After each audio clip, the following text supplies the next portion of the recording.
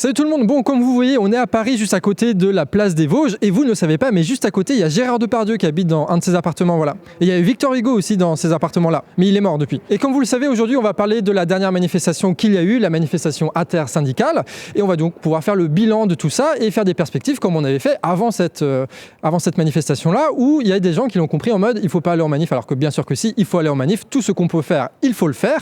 C'est juste qu'on va pas laisser les directions syndicales tout décider, c'est notre mouvement, c'est nous qui décidons quoi faire, donc il faut parler, il faut faire des actions, il faut s'organiser, point barre. Et l'une des premières raisons de se mobiliser, c'est évidemment que la réforme c'est de la merde, et tout le monde sait que c'est de la merde. Il n'y a pas de problème de financement, ils veulent juste nous faire travailler 2 ans de plus et pas taxer ces putains de riches alors qu'il y a du pognon à ne plus savoir quoi en foutre là-bas. Et surtout c'est Macron, tout le monde le déteste, et surtout il va faire passer ça en 49.3 comme un putain d'antidémocrate de merde. Donc c'est pour ça que tu as 9/10 des actifs qui sont contre. La question c'était pas de savoir est-ce que les gens sont contre la réforme, c'est de savoir est-ce qu'ils étaient prêts à aller en manifestation, et est-ce que les gens qui sont allés dans la manifestation, est-ce que ces gens-là, c'est juste des syndiqués militants de gauche machin, ou est-ce que ça va un peu au-delà de ça? Et du coup, on a la réponse maintenant, puisque tu as eu 2 millions de personnes qui ont rejoint les cortèges jeudi dernier. C'est énorme, c'est beaucoup plus que le record qu'il y avait déjà eu lors de la précédente réforme retraite en 2019. Donc c'est une réussite incontestable ce qui s'est passé jeudi dernier. Et évidemment, vu qu'il y a eu un monde record, ça veut dire que des personnes qui n'allaient pas en manifestation sont venues. Et c'est ce que vous avez vu dans le micro-trottoir, avec des gens qui étaient critiques de la CGT, par exemple, qui étaient même critiques de la gauche, et qui pourtant sont là parce que la réforme retraite, c'est de la merde, et surtout parce qu'il n'y a pas d'autres perspectives. Ils ne savent pas forcément quoi faire, alors qu'ils ont leurs propres raisons pour manifester, pour être mécontents, mais il n'y a que les syndicats qui posent leur date, et du coup, ils rejoignent. Et ça fait du monde, ça fait beaucoup de monde et ça a permis d'avoir une très belle manifestation. Nous, personnellement, on s'est bien éclaté à faire ça puisqu'on avait un peu l'excuse de faire un micro-trottoir. On a pu parler à plein de gens différents, dans plein de secteurs différents, découvrir un peu des métiers. Et surtout, on a pu comprendre plein de points de vue qui nous permettent de comprendre la situation et de pas juste être dans nos têtes à réfléchir qu'est-ce qu'il faudrait faire pour changer le monde. Là, concrètement, on a rencontré des gens et c'était super. Et surtout, c'était la fête pour 2 raisons. La première, c'est que on fête le fait que ça fait des jours et des jours que des syndicalistes, des militants ont essayé de ramener des gens sur Internet, dans leur lieu de travail, à la manifestation. Donc ça se fait d'être aussi nombreux, et surtout parce que ça fait du bien. Pourquoi ça fait du bien? Parce que quand on fait de la politique, quand on critique Macron, quand on parle de toutes ces choses-là, on a un peu l'impression d'être impuissant, et 2, face à une tragédie où on peut rien faire, sauf que c'est faux, parce que quand on est 400 000 à Paris, ça donne de la patate quoi. La prochaine date c'est le 31 janvier, c'est un mardi, sauf que tu as plein de secteurs qui vont pas attendre cette date-là pour faire des actions, notamment la RATP, la SNCF, le pétrole, les mines, la chimie, les grandes surfaces, tu as aussi l'électricité, genre le EDF là, des gars de la CGT qui ont coupé le courant de mairies qui sont favorables à la réforme des retraites, et peut-être que ce serait bien de faire ça au quartier de la Défense, ça va bien les faire chier les petits bourges. Bref, il y a plein d'actions qui sont en préparation, c'est le début d'une nouvelle séquence politique, et donc il va falloir analyser tout ça pour bien comprendre ce qui est en train de se passer et pour savoir comment on peut aller au bout, bon Dieu. Et donc comment ça se fait qu'il y a eu autant de monde à ce point-là? En fait, c'est pas très compliqué. Il faut regarder ceux qui se sont mobilisés. Et en premier lieu, c'est ceux qu'on a l'habitude de voir. La SNCF, la RATP, les profs, les raffineurs aussi qui avaient déjà fait grève avant, il y a quelques semaines, et qui refont grève maintenant, ou encore les pompiers. Mais c'est surtout les petits nouveaux qui sont intéressants. Ces petits nouveaux, c'est par exemple les grandes surfaces qui se sont pris dans les dents l'inflation, etc. Et ça fait 1 an qu'ils sont en train de faire des grèves, qu'ils sont en train de se mobiliser. Et donc là, il y a les réseaux, et ça fait que ils ont pu venir jeudi dernier. Et ça fait des troupes en plus. Ceux qu'on a vu dans les manifestations, c'est aussi les ouvriers, que ce soit chez Thales, chez Renault, chez Peugeot, chez Aéroports de Paris ou ArcelorMittal. Compliqué à dire ce truc-là. Pourquoi? C'est pas difficile à comprendre. 64 ans sur ligne de production, c'est impossible. Du coup, il faut qu'ils le fassent, quoi. Donc, ça mobilise beaucoup. Les petits nouveaux aussi, c'est les commerçants qui ont été obligés de s'organiser récemment pour pouvoir lutter contre l'augmentation des prix de l'énergie. Et c'est dans ces mêmes réseaux-là qu'ils ont pu se mobiliser et venir à la manifestation. Et ceux qu'on n'attendait pas forcément, c'est les jeunes qui étaient là. Et je parle pas du faux cortège jeunes du NPA. Je parle de vrais jeunes qui étaient dans tout le cortège, dans tous les syndicats, à tout niveau de la mobilisation, et qu'on a vu aussi dans le micro-trottoir. Des gens d'ailleurs qui n'étaient pas forcément dans les syndicats ou qui sont critiques des syndicats, ce qui est plutôt rassurant parce qu'on aura pu se dire que vu que ça les concerne pas, ils vont pas venir, mais c'est peut-être parce qu'ils ont d'autres raisons de venir, et c'est pour ça qu'ils sont là, mais on verra ça un peu plus tard. Ce qui fait qu'il y a beaucoup de gens différents, il y a des salariés de différents secteurs, et puis tu as des commerçants, des indépendants qui discutent entre eux, ce qui fait que maintenant la télé ne peut plus nous diviser véritablement parce qu'on connaît un boulanger qui manifeste avec nous,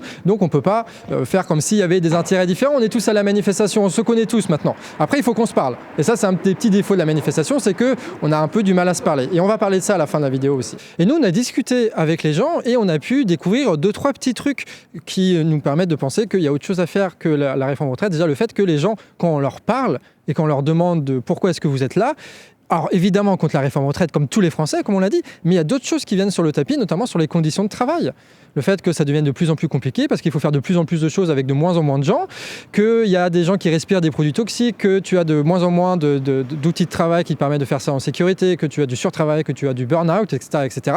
Et c'est cette perspective de mauvais traitement dans les conditions de travail 2 ans de plus qui fait que les gens ils sont vénères. C'est la question salariale aussi, évidemment. Le deuxième truc qui revient souvent, c'est les injustices.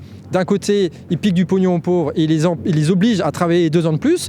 Et évidemment, ils balancent des dividendes, d'évasion fiscale, de subventions sans conditions aux entreprises. Et ça, c'est tellement visible que tout le monde se l'approprie et le répète. Donc, tout le monde est bien conscient que ce qui est en train de se passer, c'est pas juste une réforme technique de retraite qui tombe du ciel, c'est que tu as les riches qui s'organisent pour nous piquer notre pognon, quoi, si on fait ça en gros. Et c'est ce que les gens disent. Et t'as pas besoin de parler longtemps avec eux pour que tu as des arguments comme ça qui sortent. Le troisième point, il est plutôt stratégique, c'est le fait que tout le monde est d'accord sur le fait que les manifs, c'est cool, globalement, c'est ça. Sauf que le problème, c'est qu'on est tous d'accord aussi que ça va pas suffire de faire ça, mais il n'y a que les syndicats qui proposent. Et quand tu leur poses la question, aux gens, ils savent pas quoi faire d'autre. Par contre, si tu leur demandes, oui, mais s'il y a une idée qui te convainc, même si c'est pas les syndicats qui les organisent et avec d'autres revendications, là, ils sont prêts à y aller. Donc, ils y vont parce qu'il n'y a rien d'autre à faire, mais ils pourront aller plus loin. Et ça, c'est intéressant. Surtout que ça fait quand même un bout de temps qu'on se politise, que ce soit les syndicats ou à travers les Gilets jaunes, que ce soit avec Mélenchon ou même avec Le Pen, tu vois. Parce que Mélenchon et Le Pen, ils ont fait toute leur campagne présidentielle sur la critique de la réforme retraite. Et du coup, nous, aujourd'hui, quand la réforme est proposée, on sait déjà pourquoi c'est de la merde. Ce qui est rigolo, c'est que le Rassemblement national, eux, ils sont pas sur les manifs, etc. Ils disent on va faire une opposition au Parlement. Donc c'est-à-dire qu'ils politisent d'un côté énormément sur la question des retraites, et de l'autre côté, il n'y a aucun débouché politique parce que ça va passer en 49.3 et ils ne vont servir à rien. Et c'est là où tu vois que les lignes sont en train de bouger, et c'est pour ça qu'on a trouvé des gens dans les manifestations qui sont des gens qui se disent de droite ou qui ont voté Marine Le Pen et qui se retrouvent là parce que tu as que les syndicats pour l'instant qui se bougent et ils vont pouvoir rejoindre d'autres mobilisations si ça s'étend. Donc il y a moyen que dans les semaines à venir ça déborde et c'est pas con de miser là-dessus, de faire un travail militant là-dessus parce qu'il y a les ingrédients qui sont là. Et on va en profiter aussi parce qu'il y en a beaucoup qui parlent de convergence des luttes et ça rejoint un peu ce point-là. Tu sais, genre, on est des gens différents avec des intérêts différents, mais il faut qu'on se rejoigne sur la réforme retraite. Non, les choses ne sont pas séparées comme ça. Puisqu'on a tous les mêmes problèmes. La réforme retraite, ça concerne tout le monde, donc il n'y a pas besoin de faire de convergence. Il faut juste que les autres secteurs ils se mobilisent aussi et qu'il y ait des actions qui se fassent. Et d'ailleurs, on subit tous les mêmes problèmes, que ce soit au niveau de l'inflation, que ce soit au niveau de l'écologie, que ce soit au niveau des guerres qui se préparent. Et on a tous aussi le même intérêt parce que la solution, c'est qu'on chope le pouvoir et qu'on règle politiquement tout ce problème-là. Donc on subit les mêmes problèmes et il y a les mêmes solutions pour tout le monde, donc il n'y a pas besoin de converger. Il faut juste y aller, quoi. Comment tout ça va évoluer? Et on peut le comprendre en essayant d'analyser un petit peu l'intersyndical et les tensions, les contradictions qu'il y a à l'intérieur de ça. Déjà avec la CFDT. Donc évidemment la CFDT c'est des traîtres, machin, tout ça. Il faut essayer de comprendre un peu plus que ça. Déjà à court terme, c'est grâce à eux qu'il y a eu autant de monde dans la rue parce qu'ils sont super puissants dans le privé. C'est le premier syndicat dans le privé. Et donc tous les autres syndicats, Sud, CGT, machin, ils savent très bien que s'ils veulent mobiliser dans le privé, s'ils veulent qu'il y ait des militants syndicaux dans le privé qui parlent de cette réforme-là et qui fassent en sorte que tu aies des gens dans la rue sur les dates qui décident, ils ont besoin de la CFDT. Et la CFDT est bien sûr évidemment au courant de tout ça. Donc ils pèsent sur les négociations pour essayer que ce soit leur ligne qui gagne, leur politique qui gagne. Et qu'est-ce que c'est cette politique? C'est ce qu'on a en ce moment, c'est-à-dire des grèves qui sont très espacées.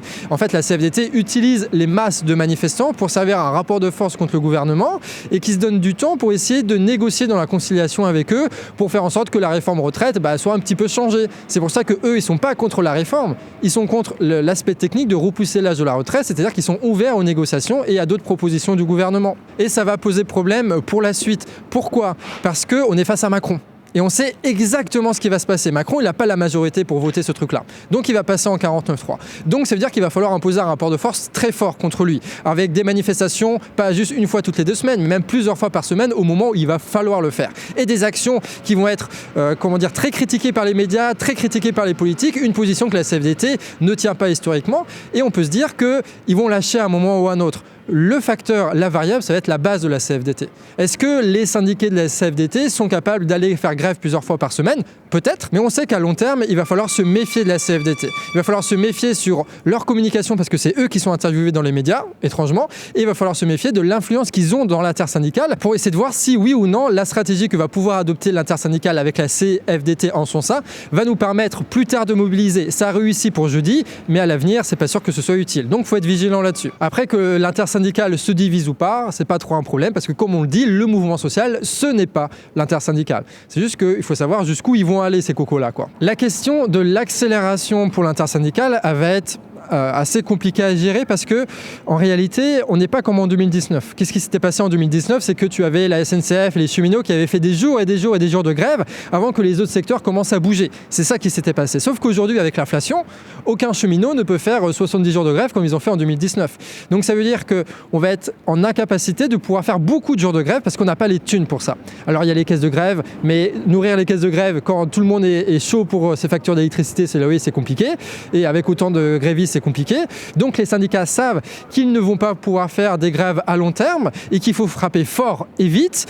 Et donc forcément ça va faire des frictions avec la CFDT et surtout Macron est au courant de tout ça. Macron il sait que le temps joue pour lui. Et jusqu'où cette tension va aller, comment est-ce que ça va transformer le mouvement social, c'est ça qui est intéressant et c'est ça qu'il faut vérifier. Rapidement aussi tu as d'autres limites, le fait que non innocemment le gouvernement a viré, je vous la fais vite, les délégués syndicaux, qui fait qu'il n'y a plus de temps syndical qui est laissé aux syndiqués de différentes boîtes pour parler aux autres gens, donc pour les convaincre que ce que raconte la télé c'est de la merde, et c'est compliqué. Donc aussi tu as beaucoup de précaires, des gens qui sont en CDD, qui ne peuvent pas faire grève parce que sinon ils seront pas renouvelés, des gens qui sont en intérim, qui peuvent pas faire grève sinon ils pourront pas retrouver une mission, des gens qui n'ont pas suffisamment de thunes, qui vont pouvoir faire une grève, deux grèves, peut-être trois, mais pas plus, ça c'est clair. Tout ça, ça joue contre le mouvement syndical en réalité. C'est très difficile d'aller contre ça, c'est vraiment des contradictions qu'on peut pas vraiment surmonter au niveau syndical. Il y a d'autres trucs à faire, on y reviendra à la fin, évidemment. Il y a la limite qu'on connaît bien, parce qu'on l'a connu avec la loi travail, parce qu'on l'a connu avec les gilets jaunes, c'est qu'au début, tu as des revendications qui sont politiques, qui sont plutôt cool, et après, tu as des logiques de violence qui se mettent en place entre la tête de cortège et les flics, et c'est très facile pour le gouvernement avec les flics de dire vas-y, gazez-les, défoncez-les au flashball, ils sont capables de le faire, on le sait. Ce qui fait que les manifestations, petit à petit, c'était avant des gros cortèges un peu festifs, et qu'après, c'est à la baston. C'est la baston, tu vois. Donc, tu as des gens qui hésitent, qui ne vont pas y aller, tu as des familles qui hésitent, qui ne vont pas y aller, tu as des gens qui ont des choses à perdre, qui ne vont pas y aller, et petit à petit, on parle plus des revendications politiques et économiques, mais on parle de la violence policière. On dit c'est pas bien, c'est du machin. On se passe en boucle les images de violence policière pour dire à quel point Macron c'est un salopard. Et du coup, la seule chose qu'on voit de ces manifestations-là, c'est le fait qu'on peut se faire gazer, le fait qu'on peut se perdre un œil, qu'on peut s'enlever un bras, etc. C'est exactement ce qui s'est passé avec les gilets jaunes. On oublie le côté politique et économique, on parle que des violences, on se matrique là-dessus. Et ça fait ce qu'on connaît bien, la démoralisation. Et ça, le gouvernement est parfaitement capable de l'organiser. Et d'ailleurs, au niveau médiatique, il suffit d'envoyer un flic péter les vitrines de l'hôpital Necker pour que aussi ça se passe comme ça et qu'on parle que de ça dans les médias. De toute façon, la répression, ça a toujours été utilisé pour casser ces mouvements sociaux. Quand on regarde ce qui se passe en Iran, tu sais, ils pendent des gens à des grues, tu vois. Donc évidemment, c'est de la répression et le spectacle de ce truc-là pour dissuader les gens de venir et pour faire en sorte aussi que les gens arrêtent de parler politique et se scandalisent sur ce qui se passe là. C'est une double stratégie. Et ça, il va falloir vraiment trouver des solutions. Au niveau médiatique, tu as plein de limites aussi parce que tu as beau avoir les meilleurs arguments du monde, si moi je l'ai, c'est super, si toi tu l'as, c'est super, sauf qu'à la télé, ce que tout le monde regarde, en fait, ils vont jamais passer ces arguments-là. Quand tu regardes un JT, qu'est-ce qu'ils disent? Ils disent il y a eu des mobilisations, il y a eu 2 millions de personnes, t'as vite fait quelqu'un qui dit j'en ai marre, machin, je suis en colère, et après ça part sur les transports en grève, c'est chiant, il faut se réorganiser, le télétravail, machin. Donc ça veut dire qu'on a beau avoir les meilleurs arguments, ça va pas se passer à la télé. Et la conséquence de ça, c'est qu'il faut réussir à toucher les gens qui ne sont exposés qu'à des grands médias, qui ne vont pas sur Internet, ou qui vont pas dans les réunions syndicales, etc. Et il y en a des millions des gens comme ça, il y en a des millions. Donc si vous savez pas quoi faire, d'ailleurs, c'est ce qu'il faut faire. Il faut pas publier des trucs sur Twitter parce que tout le monde est au courant de tous les arguments sur Twitter, d'accord, ça ne sert à rien. Il faut aller chercher les gens qui sont exposés qu'à la télévision. Et il faut pas croire, il y a un côté aussi un peu d'impuissance quand tu vois tous les grands médias qui sont possédés par tous les grands milliardaires qui disent exactement la même chose contre nous, etc. Réfléchissez un peu. La réforme retraite, c'est du bidon. Personne ne peut défendre ça. Sauf que les grands médias, ils vont le faire. C'est-à-dire qu'ils vont essayer de nous faire avaler des bobards. Et que nous, ça va être très facile de prouver que la réforme retraite, c'est de la merde. Donc, tout ce que font les grands médias, c'est de la merde. Ils font de la coopération, du concubinage un peu chelou avec les puissants. Donc, en fait, les médias et les puissants, c'est la même chose. Et il faut qu'on dégage tout ça. Et c'est grâce à ça qu'on va pouvoir passer d'une critique de la réforme des retraites à quelque chose de beaucoup plus puissant, de beaucoup plus général. Et ça, c'est une force qu'on a, c'est une puissance qu'on a. Et il faut en profiter et il faut y aller. Bref, tout ça pour dire que les syndicats, c'est pas juste l'histoire de les tracher pour le plaisir de les tracher, d'accord? Ils sont là, ils font des actions, ils arrivent à mobiliser. L'important, c'est de comprendre les limites. Et pas juste pour justifier le fait de ne pas y aller, c'est comprendre les limites pour savoir quoi faire. D'accord ? Nous, on n'a pas besoin de s'organiser pour faire des grosses manifs toutes les 2 semaines. L'intersyndicale va le faire. Par contre, l'intersyndicale est incapable d'aller chercher les gens que les syndicaux n'arrivent pas à toucher. Et donc ça va être notre job de le faire ça. Et ils sont incapables d'avoir des revendications plus fortes que la loi retraite parce que tu vas avoir la CFDT qui va évidemment pas tenir des positions genre on va prendre le pouvoir. Évidemment, ils vont pas faire ça. La CGT d'ailleurs vont pas faire ça. Donc ça, c'est notre job à nous. Connaître les limites des syndicats permet de savoir quoi faire politiquement dans le contexte dans lequel on est. Ça donne des perspectives. Donc là, on a vu les limites de l'intersyndicale, on va passer aux impasses, c'est-à-dire des choses qui ne vont pas pouvoir être surmontées par cette intersyndicale-là, et du coup, il va falloir s'y mettre parce que sinon, ça ne va pas aller très loin. Déjà, le fait qu'il y ait une impasse stratégique, Macron, il va passer ça en 49.3, c'est lui qui a les cartes en main, c'est lui qui décide. Il peut faire des fausses négociations ou des faux compromis sur des trucs pas importants. En réalité, c'est lui qui décide, et on connaît le petit Macron quand même, ça fait des années qu'on le côtoie. Et surtout, il y a une impasse politique, qui est que même si on gagne, même s'il y a la grève reconductible qui est faite parce qu'on ne sait pas comment, par miracle, il y a un truc comme ça qui arrive, en fait, on gagne, et après quoi ? On retrouve exactement la même société, avec le même Macron, avec le même gouvernement, avec les mêmes médias, avec la même inflation, avec la même guerre qui arrive, avec la même crise écologique. Donc en fait, on n'a rien gagné et on se retrouve sans rien parce qu'on avait misé tout sur l'intersyndicale, et sauf que cette intersyndicale, elle n'est plus là. On n'a plus d'organisation, on ne sait plus quoi faire, on n'a pas de réseau, on n'a pas les réunions, les trucs qui fait qu'on pourrait continuer ce truc-là. Donc si on mise toutes nos billes là-dessus, même si on gagne, rien ne change. Et ça, c'est pas tenable en vrai. La réforme retraite, c'est un problème, parmi des milliers d'autres qui sont en train de s'entre-alimenter et de partir un petit peu dans des directions qu'on veut pas trop, d'accord, sur la crise écologique, sur l'escalade militaire permanente, etc., etc. Les syndicats, eux, ils disent qu'il faut se centrer sur une question technique pour essayer de mobiliser. Nous, ce qu'on doit dire, c'est que, en fait, si on ne résout pas ces problèmes-là, de la crise économique durable, du manque de démocratie, etc., en fait, on ne résout rien. On ne résout rien. Parce que dans les années à venir, on va avoir des problèmes qui sont bien plus graves que la réforme des retraites. Et donc, en se concentrant sur la seule question de la loi retraite, en fait, ils se disent, oui, il faut juste faire des manifestations et des grèves. Donc, c'est bien, on discute de la loi retraite, mais pas de grand-chose d'autre. Un petit peu des conditions de travail, un petit peu des salaires, mais de pas grand-chose d'autre. Et en plus, on se conditionne à une culture très précise qui est la culture syndicale, c'est-à-dire des gens qui adorent mettre du Yannick Noah entre Bastille et Nation. Bon, je résume ça un petit peu, mais c'est ça, en fait. Et tu as plein de gens qui n'aiment pas ça, qui vont pas se mobiliser vers là et qui vont pas aller dans les manifestations pour discuter, pour machin.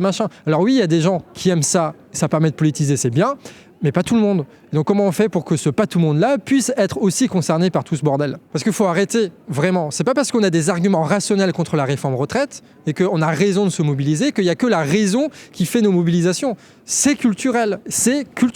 Nous, on aime bien peut-être, mais il y a énormément de gens qui n'aiment pas ça, qui ne s'identifient pas à ça, qui ne s'imaginent pas là-dedans. Et tant qu'on ne pense pas la question culturelle là-dedans, on n'y arrivera pas et on va répéter des choses qui vont juste nous faire plaisir. Et ça, d'un point de vue, la joie, les trucs, les machins, peut-être que ça marche, mais d'un point de vue militant, c'est nul à chier, quoi. Donc il faut remettre ça en question. Les syndicats ne le feront pas, ça. Et surtout que, là aussi, t'as des gens, ils sont tendance mode union de la gauche, intersyndicale, il faut soutenir les syndicats, il ne faut pas critiquer les syndicats, mais on sait très bien ce qui se passe aussi à l'intérieur des syndicats, à l'intérieur du mouvement social, quand c'est les syndicats qui gèrent.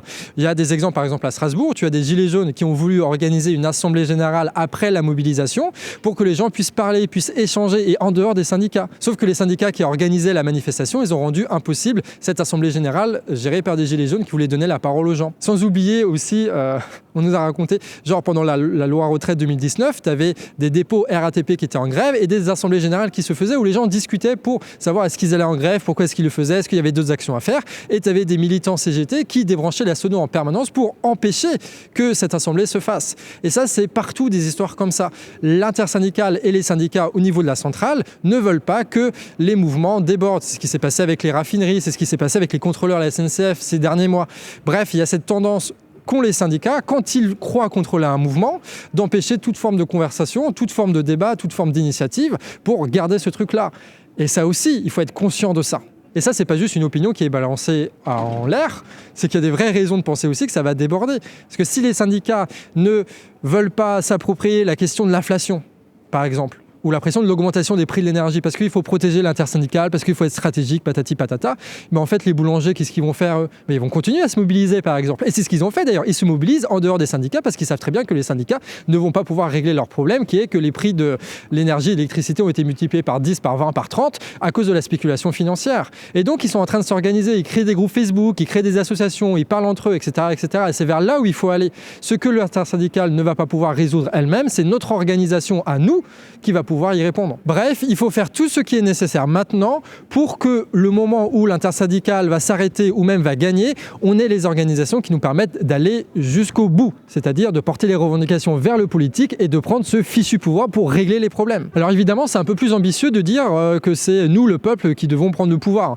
parce que c'est plus difficile à organiser que des grèves et des manifestations contre la loi retraite. C'est vrai, mais en même temps, si on ne le fait pas, On ne peut pas résoudre le problème économique, écologique, patati patata, qui, grosso merdo, fait que on a toutes ces merdes qui arrivent. Du coup, nécessité fait loi aussi. Les idées, c'est pas juste des trucs qui tombent du ciel, c'est porté par le réel, et le réel dit que si on veut régler ces problèmes, il faut qu'on prenne le pouvoir, qu'on dégage les financiers, qu'on dégage la logique du profit, etc., etc., ce qu'on dit dans d'autres vidéos avec un peu plus de détails. Sauf que le problème, comme on vous a dit, et ça c'est tout le monde qui dit ça, même les super militants, les trucs, les machins, dès qu'on est un peu critique avec les syndicats et qu'on refuse de juste répéter le discours syndical, quand même, s'il vous plaît, en fait, on se rend compte qu'on n'a pas d'idée, on ne sait pas quoi faire. Tu vois, on dit oui, il faut prendre le pouvoir, il faut faire des organisations nous-mêmes pour ne pas dépendre de l'organisation syndicale parce qu'à un moment donné, ils vont arrêter et que du coup, on sera sans rien. Donc, il faut faire des choses, mais quoi ? En fait, on ne sait pas. Donc, c'est pour ça que ça va être très important dans les moments à venir, dans les semaines à venir, d'être au courant de tout ce qui se passe partout et notamment des initiatives qui sont portées de gens qui organisent des réunions, de gens qui organisent des AG, des gens qui organisent des actions qui sont facilement répétables, etc. Donc, si vous êtes témoin de ça, si vous organisez ça dans votre coin, envoyez-le nous. Envoyez-le nous et peut-être que même on ira vous voir pour discuter avec vous, pour comprendre comment vous avez fait ça, pour diffuser ces idées-là. On a tous besoin que des choses se passent en dehors du cadre syndical. Il y a juste un problème d'idées, et diffusons ces idées-là.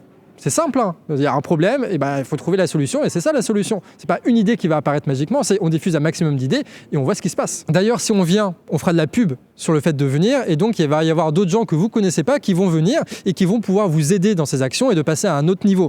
Donc c'est gagnant-gagnant comme on dit, quoi. C'est win-win. Je suis à Paris.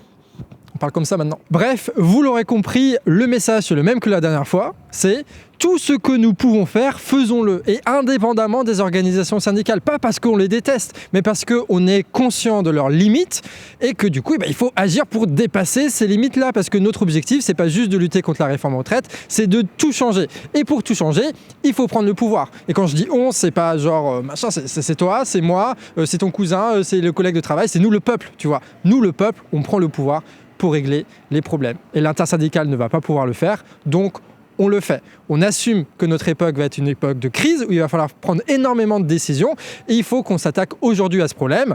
Sinon, on va peut-être manquer un peu de temps. Donc on y va et puis en plus, ça va être la belle vie. Ça va être cool. Donc saisissons toutes les occasions sans qu'elles tombent du ciel, c'est-à-dire en travaillant pour parler, s'organiser et agir en dehors des organisations syndicales. C'est ça la ligne, c'est ça qu'il faut tenir, c'est ça le travail qu'on doit faire, sinon rien ne se fera, d'accord ? Donc ça veut dire qu'on va passer pas mal de temps, c'est vrai, dans des salles polyvalentes avec un éclairage un peu nul et une sonorisation qui est flinguée. Mais on l'a déjà fait, c'était pas si mal, on se souvient, on a quand même des bons souvenirs de ça.